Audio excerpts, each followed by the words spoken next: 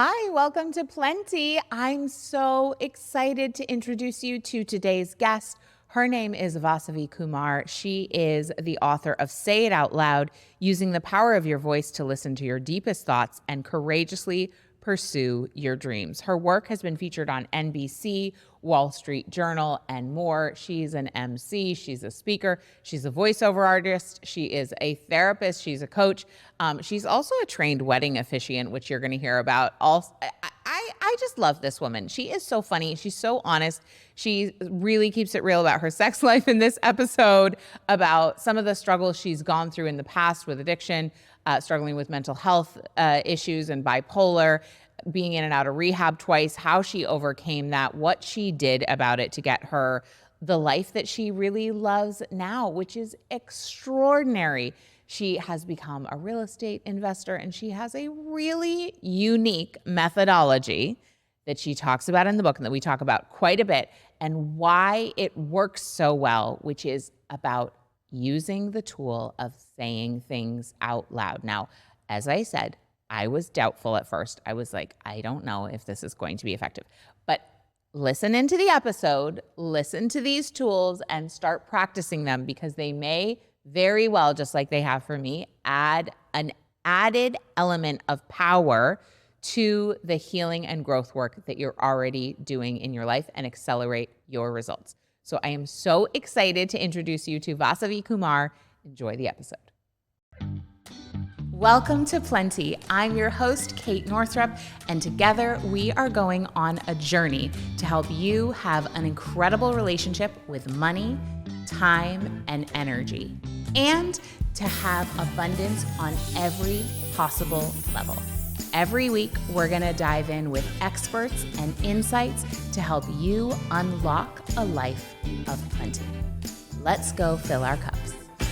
Please note that the opinions and perspectives of guests on the Plenty podcast are not necessarily reflective of the opinions and perspectives of Kate Northrup or anyone who works within the Kate Northrup brand. Welcome. Yeah, well, thanks for being here. I am so happy to have flown in from Austin, Texas, just to be next to you. I'm honored to hold hands. Yes. So good. Okay, so we met like a very long time ago at World Domination Summit. Isn't that where we met for the first time? Yeah, I was actually roomies with Selena Sue, who's a mutual friend. Yes. That's the first time Selena and I actually became friends. We were roommates. Oh my gosh. I saw you sitting with Mike. Yes. He was not your husband at the time. He was not my husband at the time. And I was such a fan of you, and I came over and I was like, "Hi, Kate. My name is Vasavi," and I introduced myself to you. Yeah. That. Yeah. Yeah. And then we connected. You came on and recorded one of my Money Love Stories when I was promoting my first book, Money Love Story. And then we just have stayed in touch over the years, which has been so much fun. And you published your first book this year, which is a really big deal. Thank you. Say It Out Loud. Yes. You've done a lot of personal growth. You've been through a lot. Mental health journey, addiction journey, all sorts of really beautiful work that you've done. Thank you. At what point along the way did it occur to you that you should do any of it out loud alone? Because of course we do work out loud with a therapist or all the time. But like, what occurred? How did that happen? How did that occur to you? So I actually started to talk to myself out loud when I was 19 years old. I was diagnosed with bipolar disorder, and I had a lot of mania, and so I had a lot of racing thoughts. And I remember I was driving on the Long Island Expressway, and I was like, okay, I can slow down my thoughts if I just say them out loud one by one. Wow. Because they all were coming so fast. My brain works very quickly. Yeah. It's slowed down now because I am on medication, and I feel much more regulated, having been on medication now for about 6 months. But I just started to say each of these thoughts out loud, and I started to make sense out of the voices in my head. And I realized I could organize the thoughts in my mind by getting them out of my head and out loud so I could hear them. Yes. And then by doing that, I could say, well, this thought is not relevant right now. This thought is not urgent right now. This can be filed somewhere else. So I started this, 21 years ago. That's amazing. Yeah. And you just started it. I just started. I had to. You just started it one day. You just started doing it. I no had one to told learn. you, No. do this stuff out loud. No. Yeah. And honestly, Okay, so like, yes, Louise Hay, talks about mirror work. Well, talked, may she rest in peace. Yeah. Lulu. So she talked about like, saying I love you in the mirror and certainly like talking out loud with that. Regina, Mama Gina, has talked about this process called spring cleaning, and you can spring clean by yourself. But you are really the only person that I know of who has like an entire methodology about doing self-healing work out loud. Thank you. And it's it's very different. I will be perfectly honest with you. I was like, okay, I don't know if this is for me. Yeah. But I've been trying a little bit. Okay. And I really like it. And one thing I've been doing every morning that you suggest in the book is to say thank you out loud every morning when you wake up. Yeah. And I've been doing it and it feels great. So thank you for that. You're welcome. I just think we have to remember to say thank you to be alive another day. Yeah. Well, I always would say it in my head. Yes. Always. I Yeah. would wake up. And in fact, you mentioned Deb Kern before we started recording. Yeah. And she has this song that she often plays in dance classes. You might remember it. It's like, thank you for this day, Yeah. Spirit. Thank you for this day. So often I sing that song in my head in the morning. But I had never said it out loud. And it really is different. So tell me about what you know about the brain and consciousness and why it matters to say something verbally versus inside your mind silently. So for me personally, as someone who has a barrage of thoughts at any given time, it's really important for me that my mind stays organized and clear. I have a mission on this planet. I want to be able to fulfill my purpose, whatever that is in whatever season. I need to stay clear and I need to stay calm. When I keep all these thoughts in my head, and I have lots of them, I have thoughts from the past, I have worries of the future, I have anxieties of the present, and I'm like, what am I, I have to say it out loud so I can declutter my mind. The other thing is, it's very easy for me to lie to myself. I can easily just stay in denial. As someone who was in denial about her cocaine addiction, I always say I never had a rock bottom, I had a high bottom because I didn't really lose it all. I was in a lot of denial even with my addiction. And so for me, it's really important that I say my thoughts out loud because once you actually hear yourself saying it, you can't unhear it. You cannot lie to yourself when you say it out loud. So for me, it keeps me honest. Yeah. Yeah, and it's a way to, have you ever read The Untethered Soul? Yes. Okay, I have not, in all honesty, Okay. but I love that you're asking. Great. Just saying. I did read The Surrender Experiment, which is about, did you read The Surrender Experiment? No. Okay, also by Mickey Singer. I highly recommend, but it's about the story of what happened in his life leading up to the publication of The Untethered Soul and afterwards. But anyway, in a lot of his work, he talks about the witness consciousness. And how it's like we have our, we are consciousness and we have our ability to witness our thoughts. And that's very tricky to do when you're inside your head and both you're just thinker, blah, blah, blah, blah, blah, blah, blah, and the witness consciousness are in there at the same time. But like, it's like, oh, hello, just say the thoughts out loud. And then it's very easy to separate the witness consciousness from the thoughts. Yes, that's exactly right. I mean, like when I am in my head, when I have a tendency to be an overthinker, I can overthink the hell out of anything. When I say the thing out loud, then I have my wise consciousness come in and be like, no, that's not right. Or like, no, that's not good for you, Vas. You don't want to do that. I often talk to myself. And you'll have a dual conversation. I will have a dual conversation out loud because there's the ego part of me that's like, very resistant or very attached to doing something a certain way. But then my God consciousness comes in and it's like, no, it's much more calm. It's much more serene, much more reliable, I would say, than the thoughts in my head that just want to keep convincing me otherwise. And did you ever were you ever a journaler?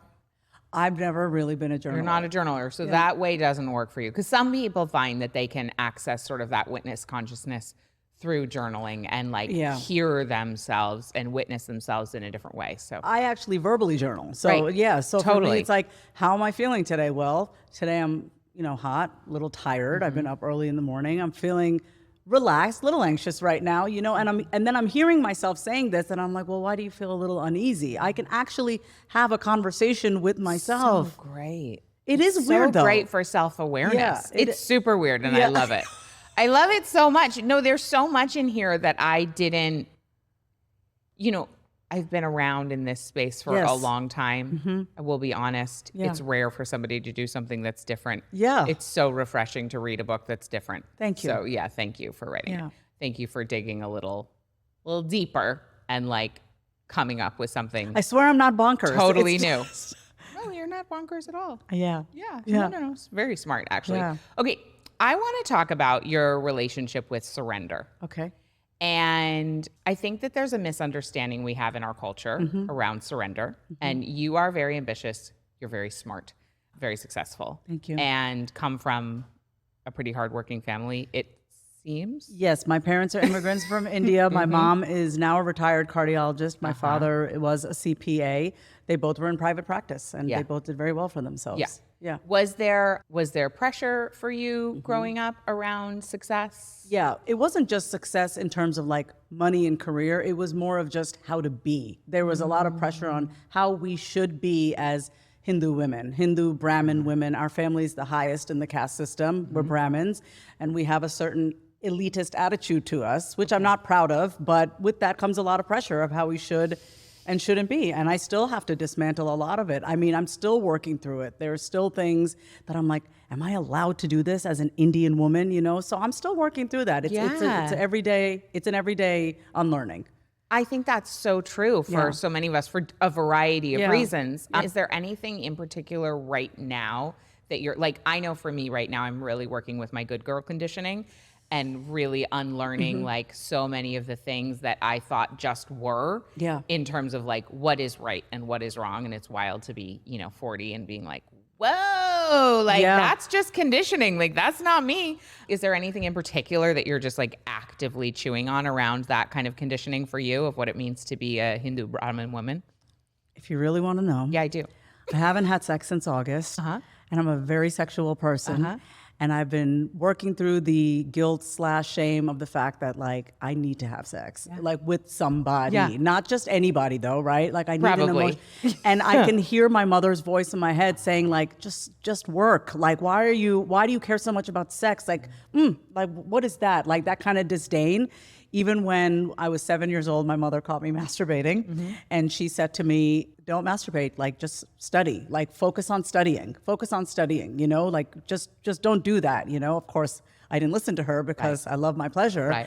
But yeah, now I'm just kind of like, man, I'm like ready for a relationship. I know I want that, So yeah, I'm just working through the fact that I do want to be married again. Yeah. I do want to be in a relationship with somebody, and working through like, no, Vas, your point in life is not just to work all the time and be successful. That's great. I want the love. I want that. But I could, I don't have the pressure from my parents anymore to like get married and be settled down. I have more of the, well, you're divorced now. You know what I mean? So you're just going to be single. So just work. I mean, I'm 41. I've never wanted children. So it's like, well, why do you need to be in a relationship then? Type of conversation internally is what I'm working through. So you're talking to yourself about that out loud when it comes up. Yeah, I want to have sex and I want to be in a relationship and I want to feel all the things that your, past guest Ruthie Lindsay was talking about. She was talking about that kind of love that she's had, and I'm just like, beautiful story. I want that. Yeah, I want someone to look at me like that. So I'm owning that more in this season, and I can't wait to share my love out loud. I'm going to. Oh, I can only imagine what that would be like. I mean, only as a friend, like I receive quite a bit of love from you. You're very generous. Thank you. With your verbal effusiveness. Yes. It's such a gift. Thank you so much. Yeah. It's really great. I just don't think we should withhold it. If we see it and we feel it, like... No, just like say it. Yeah. If you see something, say something. Yes, exactly. Yes. Not just about dangerous things, but like people that are beautiful. Love and about beauty. Yeah. Okay, so I got off track, but I was asking you about surrender, and you talked about in the book surrender and weakness and like our power. And so I think something that we misunderstand is that if we surrender, it's a sign of weakness and it's a way of giving away our power, or it's like a disconnection from our power. I would love to know what's been your experience in your journey, or at least the part you wrote about in the book, or feel free to talk about something else, with needing to surrender and how that's helped you access something that trying to control things didn't. I am brought to the story in 2019 when I had to go back to rehab for the second time. I'm going to be 5 years sober in March. And Congratulations. Thank you. And I remember just thinking, walking in there, being like, ugh, I don't need to be here. Like, why am I in here? You know, I was a former TV host. Like, why am I here with all these people? And I remember my counselor, Carl, was like, you clearly don't know what the hell you're doing because you're back here again for the second time in a matter of 7 months. And I said to him, what do I have to do to never have to come back here again? I'm never stepping foot in a rehab center ever again. And he said, work through all the steps, go to all the AA meetings, work with your sponsor, do all the things. And I did. I did exactly what he told me to do, and I haven't touched cocaine in 5 years. So, wow. Yeah. And so I had to surrender to the fact that, and it was very humbling for me to say, I don't know what I'm doing, because if I knew what I was doing, if I would know how to manage my life, I would know I would know how to deal with life in a better way instead of ending back up in rehab. That by far for me, like that's why for me, if I don't have the answer to something, I don't try to force it. I let it go and I say, God, give me somebody that's going to help me. Somebody out there is going to help me, and I trust that implicitly. Yeah. That's beautiful. Thanks. And then you'll find them. They'll come. They show up. Always. Wow. Always. How long have you been practicing that? I'm going to say 5 years now, because Okay. up until that time, That was the time. Up until that time, I was half-assing it, if I'm being completely honest. I would always say God is my number one, but I'd always have a man who took the place of God, always. I would always have my relationship be in the place of God, or having a drug or alcohol or something, or money in the place of God. But for me now, I have like numero uno relationship is no human being. It's going to be my relationship with a God of my understanding. Yeah. And you were raised Hindu. I was raised Hindu, yeah. Is that still a belief system Yes. that you're, okay, great. Yeah. So that's like your understanding of God is in like part of your faith. Yes, and the ultimate like understanding of being a Hindu, as my mother has always taught us, is Tattvamasi in Sanskrit means I am that. So we don't believe in a separation between us and God. We do believe we are God. Yeah. So that for me, she taught me that when I was 4. You know, so what I a gift. just, yeah, I'm That's really so beautiful. Yeah. And so when you were in your addiction, when you were in, your various struggles and, also I just want to say this. In these moments of like having a conversation after someone's had a book come out, Yeah. I also feel like there's this illusion, which I want to call out in this moment, of like the story ended somehow. Yeah. But I am fully aware that you wrote this book and then it came out, and that was like, now it's kind of old news because now you're Yeah. onto a different story. Yeah. So just knowing that, like, I know that it's like the story of becoming. It's the story Yeah. of evolution, and we're always like working on something new. Yeah. But in that, were you in like specifically around addiction, did you remember what your mom had taught you? Did you remember, like, were there particular moments when you remembered like, oh yeah, I am God? Like, did you know what I mean? Not Does at this first. question make sense? No, it totally makes sense. No, it totally makes sense. And I didn't remember at first. Yeah. I started to remember it the more I learned how to love myself. So a lot of people don't know this, but when I got out of rehab, my mom financially took care of me for about 6 to 7 months. She said, I don't want you to work. Thank God. She's like, I don't want you to work. I just need you to learn how to love yourself. And I was like, Wow. Yeah, that's what. So I'm very grateful. I'm very blessed. I Googled, how do I love myself? I really didn't know. I thought I knew. None of us really knows. And the first blog article that came up that had suggested to start hydrating in the morning. And that's what I did. I go, That's fine. actually a great suggestion. Yeah. And I'm like, okay, so we're going to start from the very beginning, aren't we? So I started from the very beginning. And the more I started to pour that love into myself, the more I started to feel expansive, the more I started to feel the God within me. So I did not remember that right away. I had to feel it more than I had to remember it, if that makes sense. 100%. Yeah. 100%. Yeah. And I love that hydration was one of your Yeah. first steps, because the truth is loving ourselves is can be very basic, and we can make anything an act of Yes. self-love. It's all about the intention that we share. One of the things that I love that you share in the book is to say it out loud and speak to yourself with these different kind of voices, with these different kind of personas. Can you talk about a few of your favorite personas or kinds of voices to use, and when you might use different ones? Yeah. So first of all, I am a voiceover artist. So I love to play with my voice. I get paid to play with my voice. I have two specific voices. One is when I'm faced with resistance. I call it the voice of gentle determination. I'm firm with myself, and I'm also very gentle with myself. So that may sound like, Vasavi, get your ass up, let's go. You know, I know that that is coming from love, right? Like you have to speak to yourself in a way that works for you. If I say to myself, get your butt up, I know that it's coming from a good place. The other one is a playful voice. So when I'm feeling anxious, like if I have a public speaking event, I have something coming up in a few days. I was super anxious about it. And I was just like rehearsing back and forth. And I just stopped and I was like, how can we have more fun with this public speaking event? Like, how can we have more fun with this keynote? And I just started playing with my voice, like how I was introducing myself, and stopped being serious as a judge. Like I was just trying to be more playful with myself. So that may look like modulating your voice, modulating your pitch, your tempo, your volume. And yeah, you get to play with your voice. And that really can determine the action that you take or don't take. That is so cool. Yeah.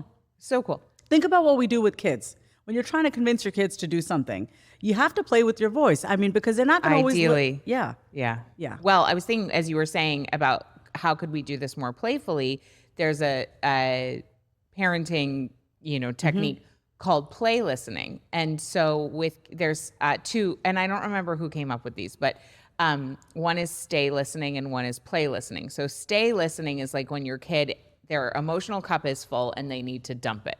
And so it's really just like being there for their feelings. And when they're little, it's mostly just being there for the crying. Yeah. But as my kids have gotten older, it's more talking, some crying.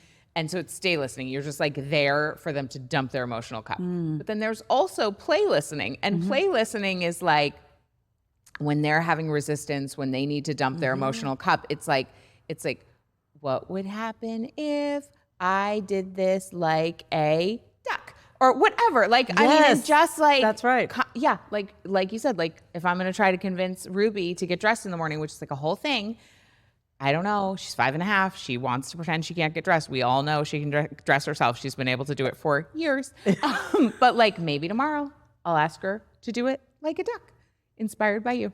Oh my God, I love that. And you have to let me know how it goes. I will. But like, how can we make this more fun? How can we make this more playful? Yeah. So good. It doesn't have to be so heavy all the time. No. Okay. How did you become a voiceover artist? I mean, you obviously have the most incredible voice for it. So that part is... Thank you. That's a gift, but yeah.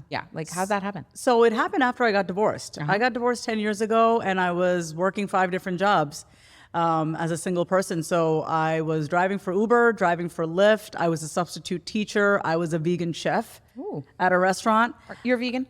Vegetarian 100% of the time, vegan like 90, 85. I mean, I love pizza. I'm from New York, you know, pizza and bagels.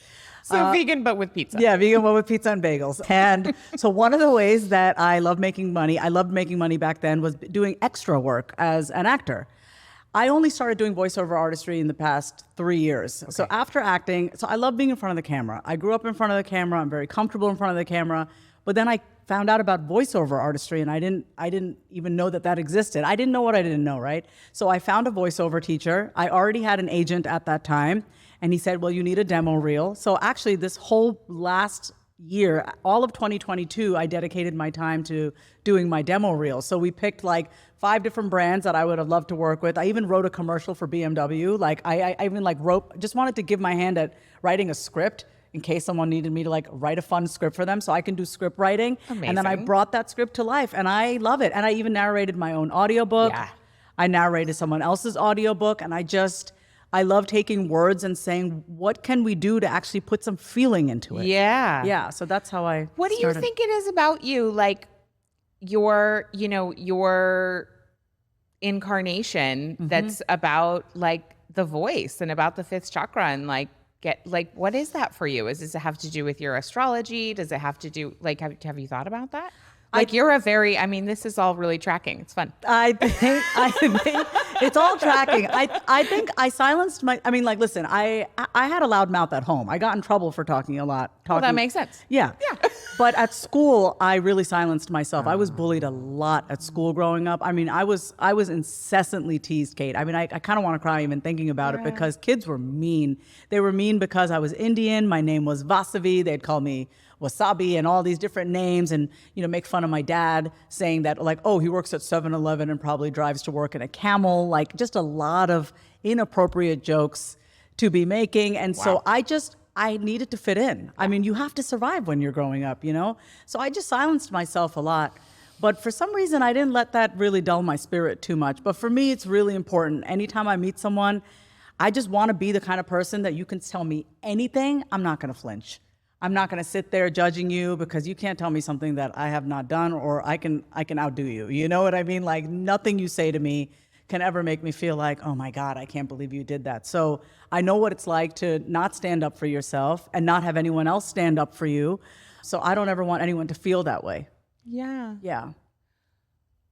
I have a lot of parents who listen to this show. Yeah. If their kid is having kids bully them at school, yeah, what would be helpful for you to pass along from that experience for them? Like, what do you wish somebody had done for you? I can tell you what not to do, and then I'm going to give you a suggestion what to do. My mother, she is not a submissive Indian woman. She is the queen of saying it out loud. My mother is. But she would come into the school and go to the principal's office and then talk to my teacher and say, find Vasavi friends. And then the teacher would say, who wants to play with Vasavi on the playground? And no one wanted to play. So that was a little embarrassing. Yeah. And then my mom would call the parents' kids and the kids' parents. Yeah. I mean, it just didn't work out. I think what I wish I had more than anything was more affirmation at home. Like, I wish I felt safe at home. So even if I was going to get bullied at school, at least when I got home, I had a safe place to come home to where it wasn't like dramatic. Because like the last thing, I couldn't tell my mom all the time that I was getting bullied, because then I was afraid she was going to make it worse. And oftentimes she made it worse, and I know that she was just being protective. 100%. But she went about it in a way that got me even more bullied. So for me, it really was, if I had a place at home that felt cozy and warm and safe, I think it wouldn't have been as bad. Okay. Yeah. Now, your dad, though, was really different in terms of his approach than your mom. And even just before we started recording, and I think you had mentioned something about this in the book, that like when you drive, you would hold hands with him. Mm-hmm. And like when I was on your podcast, you talked about like how generous he was in taking care of you when you had your period growing up. And like, so beautiful. So I want to know more about your dad. My dad's name is Shanti. I am going to cry a little bit because he has a condition called supranuclear palsy, which is like atypical Parkinson's. So he's such a well-spoken person, but now like his gait is all messed up. So he can't walk without assistance. He can't even speak. So like, at least we used to get like a yes or no from him, but we don't get anything from him anymore. So it's kind of like, it's like a long goodbye. Yeah. So it's like, it's just hard to like have this. I mean, he was my go-to for everything. I'd go to him for guy advice, business advice, marriage advice, money advice. How do I handle this? We would talk politics. He always had a solution. And he always said, leave people better than when they first met you. So that's always my goal, is like, I'm going to make sure you have the best time when you're around me. I'm going to make sure that you feel so freaking loved and appreciated around me, because that's what he did. I mean, he's a goddamn legend. Wow, he sounds like it. He is the kindest man ever. And, he came to this country and he had to start from the bottom again. And he just worked his way, just like my mom did also. But he's a girl dad. He's a hashtag girl dad. And he loved the heck. I mean, he spoiled the hell out of my sister and I, but he was just a kind, gentle man. And he just was well-read. We always used to read the New York Times together and eat bagels together, watch Seinfeld together. We did everything together. So now it's like, you lose a parent, but they're still alive, which I think is worse. It seems awful. Yeah. Yeah. From friends who have had that experience. Yeah. Yeah. What a beautiful man. Yeah, his name is Shanti. I mean, he was born right after the British left India. So born in 1948. Wow. The British left India in 1947. So they named him Shanti for peace. That's incredible. Yeah. Yeah. What a legacy he's leaving through you also. Yeah. Thank you. Yeah. And like, because you are so good at putting words to things, like to be able to, I mean, it's so sad to have him not be able to speak anymore, but for you to be able to, be speaking in your lineage in a very big way. I still show him stuff. He read he could read some of the book, but he gets tired very easily. We just spend a lot of time on FaceTime in silence. That's what we do. Really? Well, I call him up. I mean, so I'll call up my mom. She'll give him the phone. We'll just stay on FaceTime and I'll just talk to him, and hopefully he's processing, but he's not, it's hard for him to form his words. Yeah. So yeah, but he's able to witness and be there and see you. Yeah. And probably a lot more is going on. I just wish he could. I wonder if he can completely compute how good it's gotten for me, because he has seen me in rehab not once but twice. He's seen me, do all sorts of stupid stuff, you know what I mean? And now, I don't know if he knows, your daughter's okay now, I wonder if he knows that. So I always want to share my good news with him, and Of course. yeah, I still do that. Yeah. What do you believe about like the soul and our ability to know things like in our non-human form? So I don't think my mom would like this answer, but I will tell you right now. So as Hindus, we're supposed to believe in reincarnation. Okay. That's one of our main tenets, is that we're supposed to believe in reincarnation. I don't know and I don't care. But all I know is what is going on right now. Yeah. I don't feel like I have to believe in reincarnation to be a good Hindu. I don't want to even know. I just know what's happening right now. What happens to me after I die, that's just more of the mind needing to know and needing to control. That's for me. I don't personally care to know.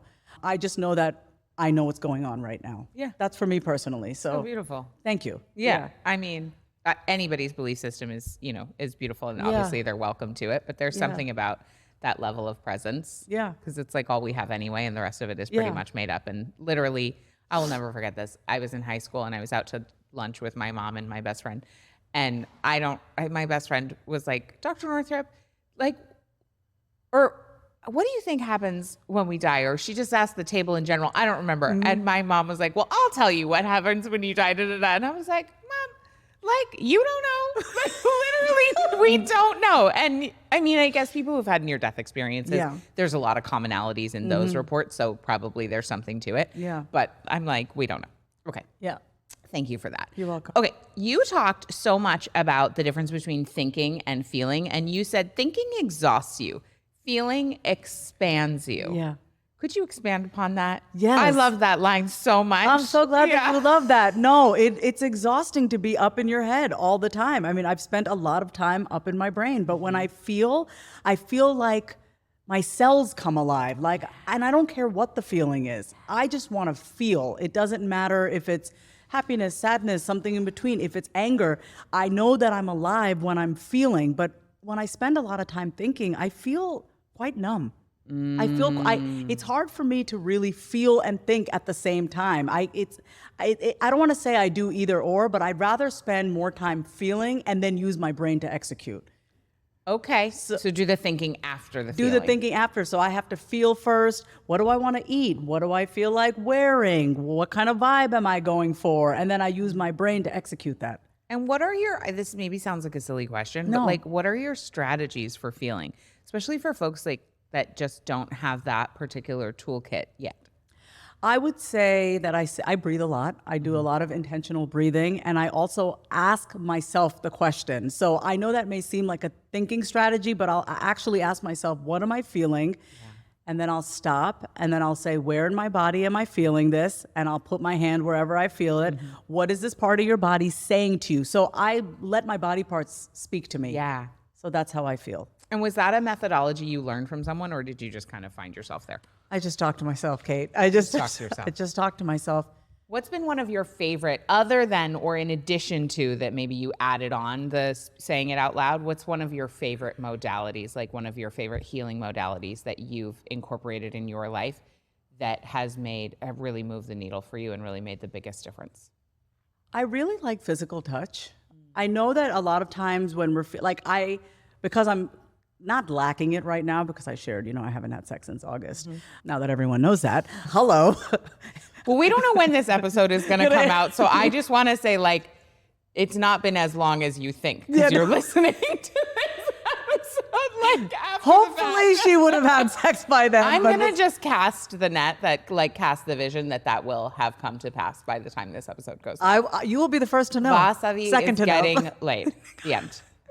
I don't know. You're going to get a DM from me, Kate. I can't wait to hear it. But I've been doing a lot of caressing of myself just because I'm missing that right now. I can always, stroke my dog. I have a beautiful golden retriever, but I touch myself a lot. I feel myself a lot because when I'm thinking, I feel very disembodied. You gotta just like touch myself in the body. Yeah, I was doing that on the plane today. It is so powerful how we have those proprioceptors and we have these nerve endings, and it is amazing how much of a state shift we can bring to ourselves. Yes. And how much of the nervous system can be impacted through that. Yeah. I think we really take it for granted, and something I think you are just such a beautiful living example of is like the power we do have for healing with everything we have right now, with our voice, with our physical bodies. Yeah. So beautiful. We could use all of our senses. We can use all of our senses. Okay, so you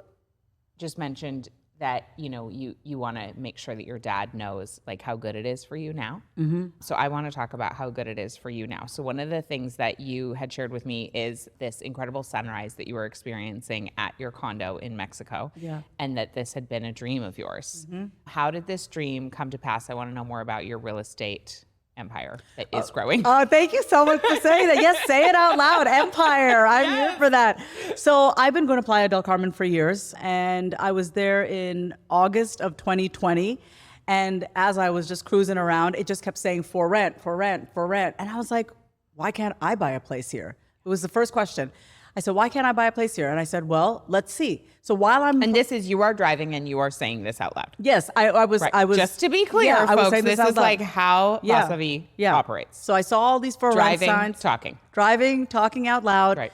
And I'm seeing all these high rises. And I was like, well, why can't I have a place here? And so I said, well, let's find out. I went on Facebook. I look up Playa del Carmen Realtors. Y'all, this is how easy it was for me. It wasn't easy, it was simple. I went to Facebook, I looked up Playa del Carmen Realtors. I said, hello, my name is Vasavi. I'm interested in finding a condominium. The first person who wrote me back was a woman named Sophie. And I was like, okay, cool, Sophie, we're in business, let's go. And then literally we met the next day and I said, don't show me more than 7 properties because then I'm gonna get confused. Yep. And she showed me 7. And the one that I picked it because it was a block from the ocean. Nice. It was at the very end of 5th Avenue, which is the party street. So I didn't want it right in the middle of the party hub and all that. I got it for $128,000 in full transparency. And I was able to negotiate like 2 payments with them. Now, I did not have that cash on hand. So when I came back home, I tried to get a loan, did not get a loan. Then I called the bank of my mother and I said, Mom, I really want to get this. I want this to be mine because the house that I have in Austin was a gift to me. My mother bought that house for me because she's like, you're not having kids. You're never going to ask me to be a grandmother. I want to give this to you. So she got me that house and I said, I really want something that's mine. I said, can you let me borrow the money? And my mother, who is one of the most controlling people in the world, and she will admit this, that she likes to have full control over things. She hadn't seen the place. She didn't know anything about Mexico real estate. And she goes, okay. She goes, like, give me all the information. I gave her all the information. I let her know what the process was like. I got a lawyer in Mexico, did all the things. She let me borrow the money. I've paid her back 2/3 of it already. But it has, I mean, that's how it all started. I didn't have the money from a bank. I didn't have it on hand. I asked her. So once again, saying it out loud instead of just giving up, you know, I asked her, even though every part of me, Kate, was like, don't ask your mother. Don't ask. Yeah. Tell me more about that. I had so much pride around that. I had so much pride around the fact that I had to ask my mother. What were you making it mean? I made it mean that I wasn't successful on my own, that I needed help, that I was a little brat, that my mom was like all the stuff like, oh, I'm spoiled, or that, like, oh, I didn't earn it on my own. It wasn't hard enough. That's what it was. Wasn't hard enough. It wasn't hard enough. And you know what you said, which I love, is like that if we say the things out loud that we're afraid other people will say, we take our power back. Yeah, that's why I'm saying it right now. So good. It's so good. It's so true. Yeah. It's like just dissolves the whole thing. It's like, what? This is here. Yeah. Yeah, right. That it wasn't hard enough because we have been conditioned to believe that if something isn't hard, it's not worthwhile, right? Wasn't hard enough. And I got to tell you, the relationship that I have with my mom is so much better. We've built back trust. I pay her back timely every single month. See? What a beautiful opportunity for you. And you know what she said to me? She said this just 3 days ago. She goes, "You're one of the most honest people I know." She goes, "You have such a high level of integrity." She goes, "I don't worry that you're going to not pay me back." She goes, "I know what kind of integrity you have." That for me is more than enough for me. Like the fact that I still owe her like maybe like $75,000, like that's it. It's not a lot of money for me to pay her back. But the fact, like those words right there, it was worth it for me. And you would have robbed yourself of that opportunity. And her. To hear, and her. To be able to pass that along Yeah. and the healing available in that. That's amazing. Yeah. Thank you. Wow. Yeah. Okay, and then you also rent it out, so it's an asset. Yeah, it's that you Airbnb it. Yeah, so I Airbnb it. Okay. So also I had to hire a property manager. That was Okay. a whole process because this is your baby and you want someone who's going to manage it. Yeah, you got to. Yeah. So I actually just switched property managers. I'm really happy about it. And it was a lot of interviewing. Everything was done in Spanish. So You speak Spanish? ¿Hablas español? I use the hell out of Google Translate, great. and I'm really good at Google Awesome. Translate. And you know, I also took a little Spanish in high school and middle school. So I mean, I love the people of Mexico, Yeah. Playa del Carmen. I mean, I've had a great experience there, and I just want to say to anyone listening, like, it's not a far-fetched idea. Right. You can get property internationally. Like people get so scared about doing stuff outside of the U.S. And I'm like, no, I mean, it's happening. People are doing it. You know, like you can do this. That's great. Yeah. What would you say if somebody, and this is like the somebody is me. Yeah. Yeah. Please. So is like wanting to possibly get an Airbnb property and start building that out. What are some like do's and don'ts from, I know you're just getting started, but like what did you learn along the way that maybe you wish you had done differently, or what would you for sure do the same again? To be Whether it was, I mean, it doesn't have to be an international property, but that's been your experience. To be honest, I wouldn't do anything differently. Great. I'm really happy with how I went about it. I got the help. I didn't try to bootstrap it on my own. I said, let me find someone who knows the area. Sophie and I still keep in touch. I give her referrals all the time for people who want to buy property in Playa del Carmen. I got the help. I took my time finding a property manager. I refused to be rushed and sold to. So that was another thing. I was in Mexico last December when the property was actually given to me and delivered. I had 9 days to choose a property manager. I did not choose a property manager until the day before I was leaving. I said, I'm not going to make this haphazardly, you know? So just take your time with it and ask all the questions. And I have a group text with the rest of my condo owners. I know 2 other condo owners who are in Texas, so we're the condo queens. And we have a little group text going, and we're always kind of giving each other tips and stuff. So just, you can build community wherever. Like, you're not the only one doing it. You got to find your people. Yeah. With your acting, have you built much community with that? Because you live in Austin. You're not like in the acting capital of the world. No. So how are you going out and getting jobs from Austin? What's happening there? I'm curious. So I have an agent in Austin. I'm signed with Acclaim Talent. They're wonderful. Jason is my agent, and I just shot 2 big commercials.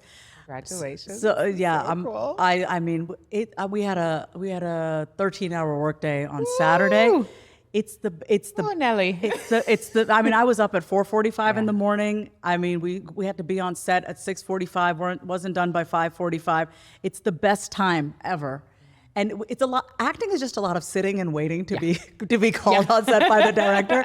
But I always meet other actors every time I'm on set, and then we always keep in touch. We follow you each have other. that community. Yeah. I mean, you're a really interesting blend. Like, I think that folks tell themselves that they can't do all the things that they want to do. Yeah. And you're out here investing in real estate, writing books, being a coach, being a podcast host, being a public speaker, being a voiceover artist, being an actor. Yeah. Did I miss anything? Did you miss anything? Also, licensed therapist in the Also, state of Texas. hello. Licensed therapist Yeah, that's in a the big state one. of Texas. Yeah. Yeah, that's about it. I mean, Oh my God! Also, wedding officiant. cool. I do that on the weekends. A lot? I do. I mean, especially in the summer, but now it's going to be wedding season because it's cool down in Texas. So, like, yes. Yeah, at least like 3 or 4 weddings a month. Yeah. That's a lot. Yeah, that's a lot. That's How my do week. people find you? So I'm actually enlisted. This is amazing. I'm enlisted through Texas Wedding Ministers, and so whenever people want a female or they want a South Asian a wedding officiant, they'll just Google and I just come up. And I'll tell you. Oh, go ahead. Yeah, no, tell me more. I was going to say, I mean, I wanted people to know this. Like, this is very well thought out, right? Like, all the things that I do and I get paid for are all the different parts of me. Like, yes, I'm single and I'm a hopeful romantic. So I love being in the presence of love, and I get to curate that. Like, I am the after the bride and groom, I'm the most important person there. Yeah. So for me to be able to like see love 4 times a month and watching 2 people, like, it keeps my fire going. And with the acting and voiceover, that's a playful, childlike part of me because I've gone through a lot that could have really made me pretty jaded and just kind of shut down, but I keep myself playful. You got to be playful when you're acting and doing voiceover work, and all the other stuff is what I do. And I've been doing that. I kind of moved away from the therapy and I love my coaching and I love doing groups, but all this other stuff that you've mentioned, these are like these newer things that I've been tapping into, newer parts of me. So in our industry, whatever that like a personal development that thing we do, like there's some marketing wisdom out there that says you got to really focus and like niche down and otherwise you're not going to be successful. And what do you think about that? I cannot do it. I just have signed a new client who's like, he's 25. He found me on the small podcast. Like when I was on my book tour, I'm taking him on as a client. He's very artistic. So it's like my clients range from like 25 to like 55, from like male to female, anywhere in between. And it's like, why? Why do I have to do that? I'm so dynamic. Yeah. Why do I have to niche myself down so that my marketing feels like it's talking to one person when I myself am not one person? Yeah. I'm multifaceted. So, I mean, I have people who want to come to me to learn, how did you become a voiceover artist? Yes. So I walk them through that. So I'll do like little consulting there, So for me, it's just like, if I can share what I do in these different parts with people, then I'm helping different types of people who want to do different types of things. And I'm fine with that. So cool. It is so cool. I don't know that I know that many people who like just give themselves permission to explore the variety of their passions in that way. Thank you. I can't believe you just threw in that you like do 4 to 5 weddings a month. Yeah. What? Yeah, I have one next week. And all kinds of faiths? All kinds of faith, yeah. Yeah, whatever they need. Yeah. Pretty Actually, people really like working with me because I'm not like, strictly Catholic or because I'm not. Yeah, so you're available for whatever. All of it. Yeah. Cool. Yeah. That's so fun. Yeah. What a beautiful thing. Yeah, it's a lot of fun. That about you. And also it's such a beautiful way to, one of the things I talk about a lot is when there's something we want, we need to get around people who have it. Yeah. To rewire ourselves about possibility. And so I love that you're doing that with your wedding. Thanks. That is really smart. Yeah, I didn't want my love for love to die down simply because I didn't have that in my life. So I just strategically put myself in those situations. It's freaking brilliant. And then it shows me it's possible. It's real. It's real. It's real. You can have that too, Vasavi. And I see all these wedding venues and I'm like, oh, maybe I'll get married. Yeah. Oh my God, you've definitely like done the research. Yes. So you'll know wow, you've been in more weddings than anyone. That's really cool. Yeah. Okay. So the show is called Plenty. Mm-hmm. And it's really about expanding into a feeling that there's enough, time, money, energy, all of that stuff. I think that your career and the way you live your life is such a living example of plenty. Yeah. And I want to know, as we wrap up, what does plenty mean for you in your life right now? I have this Post-it on my mirror that says, I am already enhanced. Okay, so hear me out. I'm already enhanced. I've always felt like I needed to do more, to be more. And then I actually had my neighbor, her name is Ellie. Shout out to Ellie. Ellie was like, Vas, you don't need to do more. She's 22 and the wisest ever. She's like she's my neighbor, my BFF, love her. We go on hot girl walks. And now in the winter, we're going on chilly girl walks.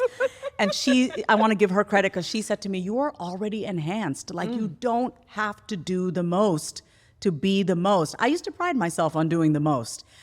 I mean, and I'm like, for me, plenty means like, Vas, you are plenty already. Like you are more than enough already. You have plenty inside of you. You don't need to keep searching. You got to just turn inwards and bring it outwards. So that's what that means for me. Wow. Yeah. I am already enhanced. I'm already enhanced. I love that. Yeah, take it. That's so good. Yeah. Feels like it has slightly different meaning in Miami, but so many procedures you can do, but I'm already enhanced, so I don't need them. Yeah. I love it. Yes, okay, now I'm like, wait, okay. Oh my God. This Yeah. has been great. Thank I you. just love learning more about you. Thank you. You are just a delight. Thank you for Thank you being so here. much. So if people want to connect with you, where should they go? You can find me on Instagram. Send me a voice note. Let me know that you love this episode. My handle is My Name is Vasavi. I have a free audio training over on my website at vasavikumar.com, how to get through anything. It's my version of the 12 steps. Love it. Yeah, so you can go through anything in life, and I walk you through this 12-step audio meditation talk that's just going to help you just talk you off the ledge a little bit. Awesome. We all need that sometimes. So that's at vasavikumar.com. We really do need that sometimes. Yeah. Okay. And of course, all the links will be in the show notes. Of course. Thanks for being here today. Thank you for having me. Thank you so much for tuning into this episode of Plenty. I learned a lot. Isn't Vasavi amazing? I just loved it. So get her book, Say It Out Loud. Go and talk to yourself. I'm telling you, I thought it was weird at first, but it has really made a difference for me to be able to witness my bullshit, to be able to just witness my brilliance, to be able to sort through the things, and at the very least, start every morning by saying thank you out loud with volume. And of course, if you like this episode, please share it with a friend, text it to somebody, screenshot it, tell us what you liked, tag us on social, subscribe if you love the show, and I cannot wait to have you back for next time. Thanks for being here. Woohoo! You made it to the end of an episode of Plenty. Don't you feel expanded already? So if you liked this episode, go ahead and leave us a review. Subscribe to the podcast. Text a friend and let them know they need to listen in. That helps us spread the word so more people can experience Plenty together. And if you want to ease your path to creating wealth, I created a money breakthrough guide for you where I interviewed over 20 of my high-earning women friends, and I asked them what their biggest money breakthrough guide was, and the responses were so mind-blowing and helpful, I knew I needed to pass them along to you. This is the kind of thing that is often only shared behind closed doors, but now you can access it totally for free. So head over to katenorthrup.com/breakthroughs and get the guide. Again, that's katenorthrup.com/breakthroughs. And I'll see you next time for Plenty.